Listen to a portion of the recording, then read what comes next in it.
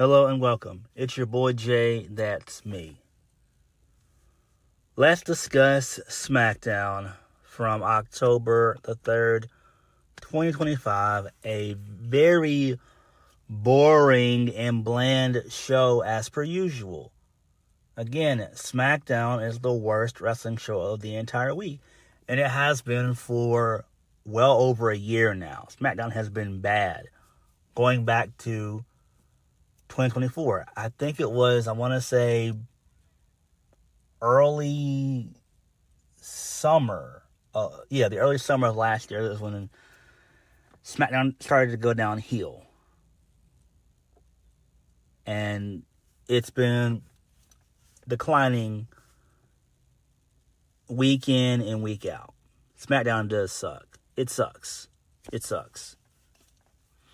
You know, the matches on this show were okay. I did enjoy Javon Evans and Rey Fenix versus Los Garza. I did enjoy that.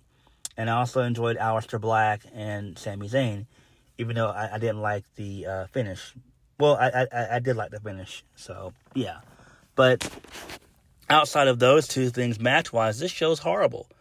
SmackDown is lifeless. And people think, well, you know, Javon Evans being there, it's like, guys, those guys are just there just to be there. They're spot fillers. SmackDown's roster is so weak and so thin, that's why they have to do it. The top of the card is nobody. You just have Cody, Drew, Randy, and I think that's it. You got Cody, Drew, Randy, and that's it. Who else? You could put Aleister in and be a fourth guy in that top spot, but you don't have anybody else outside of those three guys. The mid card, is fine because Sami Zayn is there, but Sami Zayn's not going to be U.S. champion long. Sami Zayn will probably lose the U.S. championship probably either at Survivor Series or on September 13th for Saturday night's main event. So I don't expect for Sami Zayn to be champion too much longer. And really and truthfully, Sami Zayn's been holding the show down. That's what's keeping SmackDown somewhat watchable. But that's it. But there's no story. There's no story that SmackDown or Raw have that we must tune in week week out. These shows on both across both brands are boring. They're boring.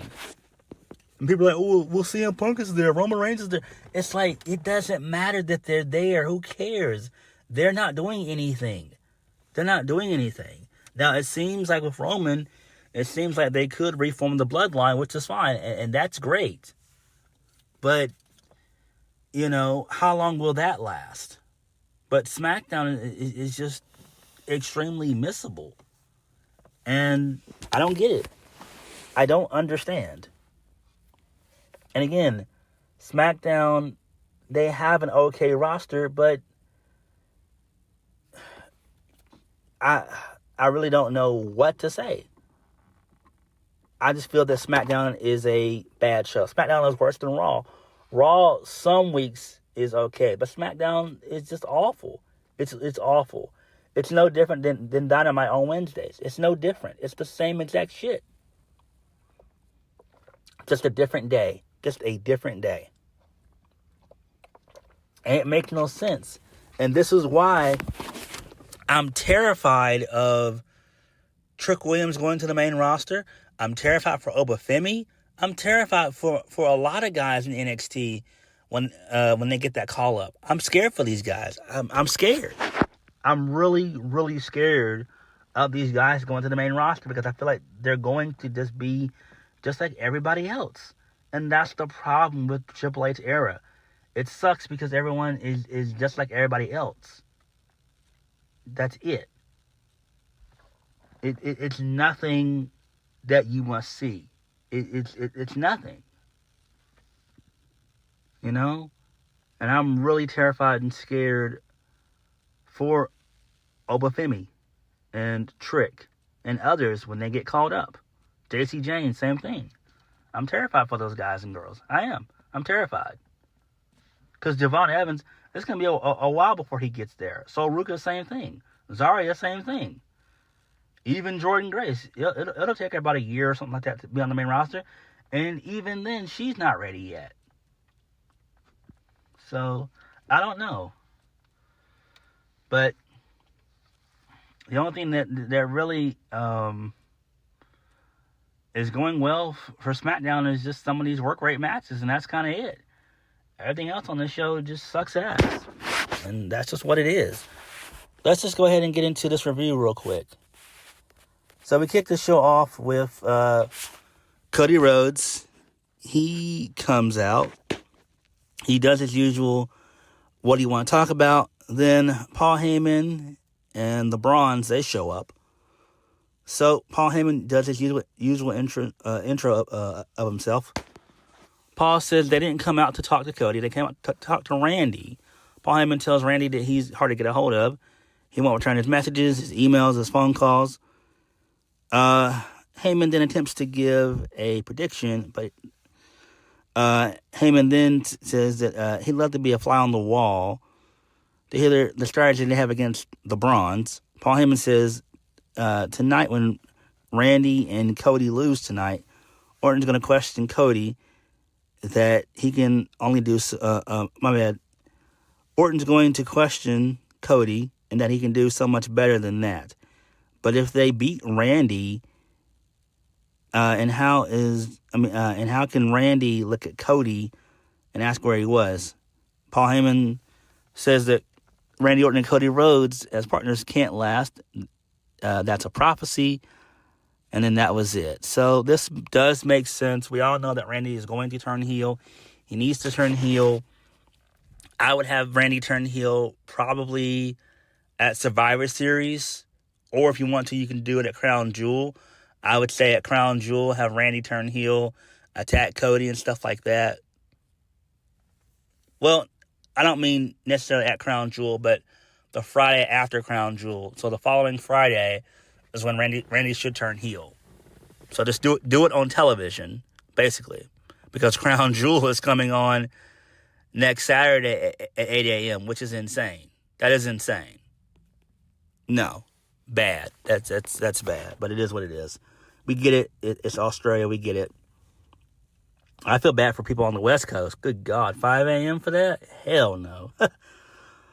Moving on. This leads us into Carmelo Hayes. Excuse me. Him and Miz are backstage. The Miz confronts Carmelo about him getting pinned last week. Carmelo tells Miz that they're done, and he's being cool about it because normally he shoots first. So then Sami Zayn comes out. Then Carmelo Hayes comes out. He's got a mic. He tells Sami that he and him have already done this thing before. And this time there's no one holding him back. So Carmelo tells Sami that they both know how great he is. And he's the best that he's ever been. So Miz attacks Carmelo. He hits him with a skull-crushing finale from behind, taking him out. Aleister Black shows up. He gets the mic. He says, wow, that's so unfortunate. And then Black says that he'll accept the challenge. So this leads us into the first match of the night. Sami Zayn defeats Aleister Black.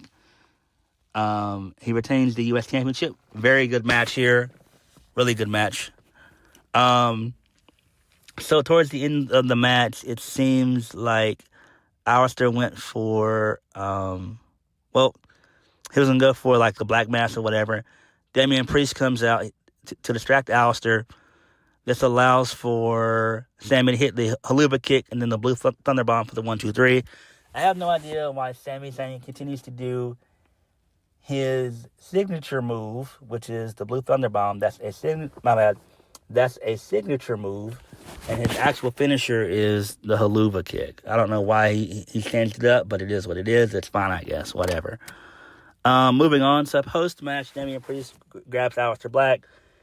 He gives him a razor's edge to the announce table, and that is that. So this is fine. Whatever. Moving on.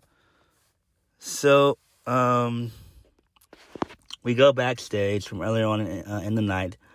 So, basically, Nick Aldis is talking to Sol Ruka and Zarya which sets up for the next match. So, the Secret Harvest, they are defeated by Sol Ruca and Zarya. Zarya gets the win. I mean, no, my bad. Sol Ruca gets the win via the Soul Snatcher for the 1-2-3 on Chelsea Green. That's fine there. It makes sense. Good stuff there. Again, this just gives Zarya and Sol Ruca some more reps on the main roster, which is fine. Clearly, this is going to lead to a match at some point involving Charlotte Flair and Alexa Bliss versus Sol Ruca and Zarya at some point. Maybe at Crown Jewel, because I think Zarya is from Australia, so maybe that would be great, because she is from Australia. But we don't know. It could happen next week on Smackdown. Who knows? Moving on. So Kathy Kelly, she's backstage talking to Alexa Bliss and Charlotte Flair about Sol Ruca and Zarya. Whatever. I don't care about this. They said nothing. So I guess, they got the champ's attentions, that being Zarya and Sol Ruca, whatever. Moving on.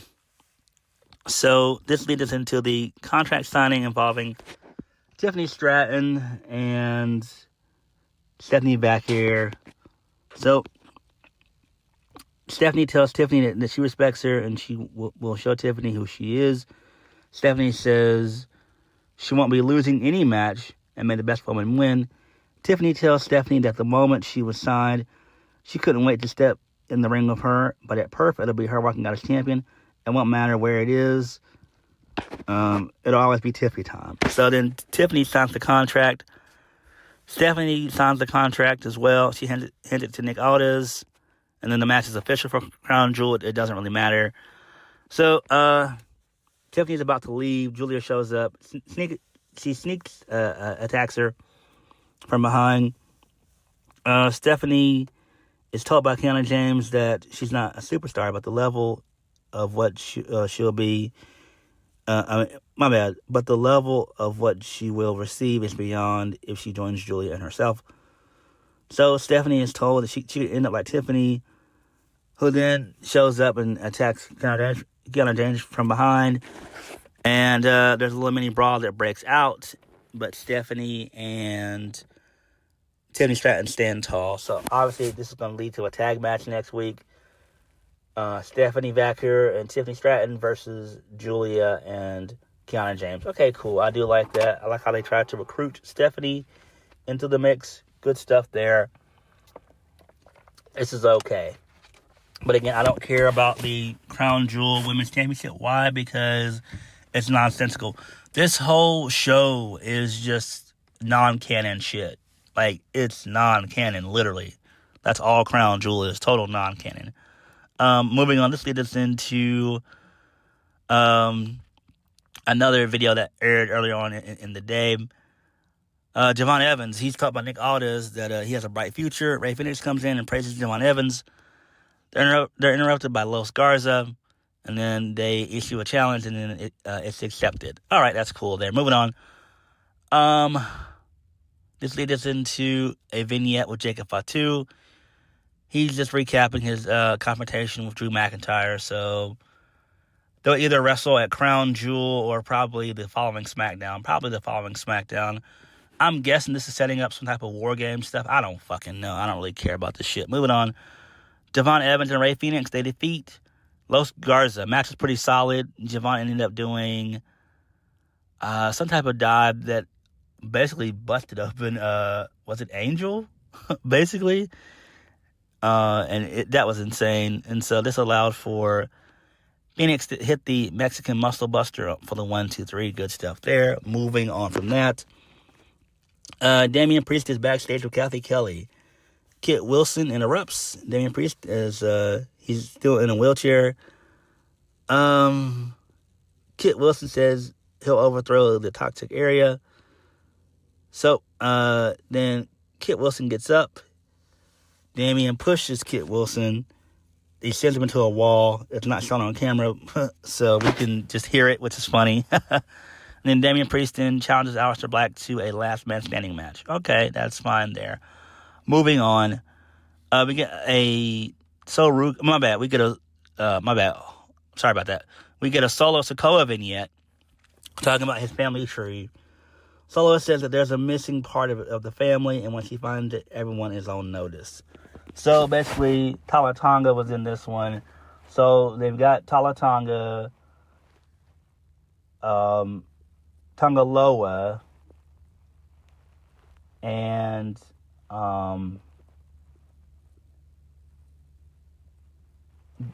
Jeff Cobb, JC Mateo. So all he needs is Tomaloa, I think. That's all he needs. That's all he's missing. I don't give a shit about this shit. Like, who gives a fuck? Main event of the... my bad, no. This leads us into Kathy Kelly. She's talking to the Street Profits about their match against the Wyatt Six. They said that they're on the same page, and next week, not only are they fighting for the tag team titles, but for each other.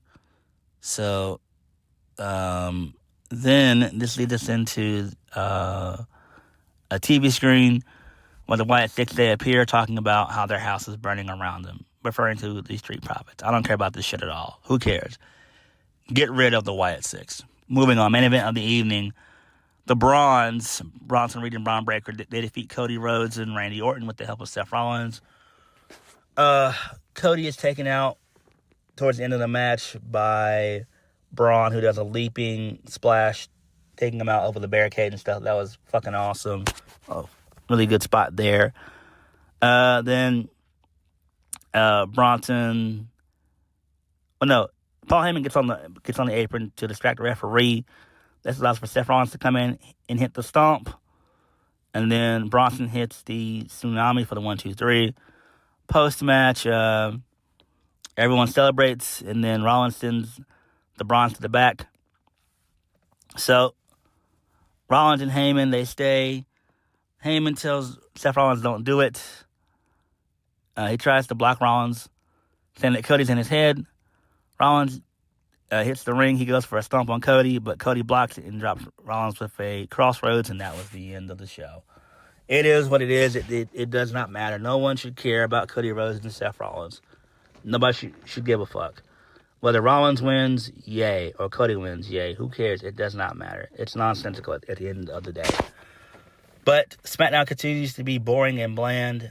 I did like the Aleister Black and Sami Zayn match. I liked the tag match with Javon Evans and Rey Fenix versus Los Garza.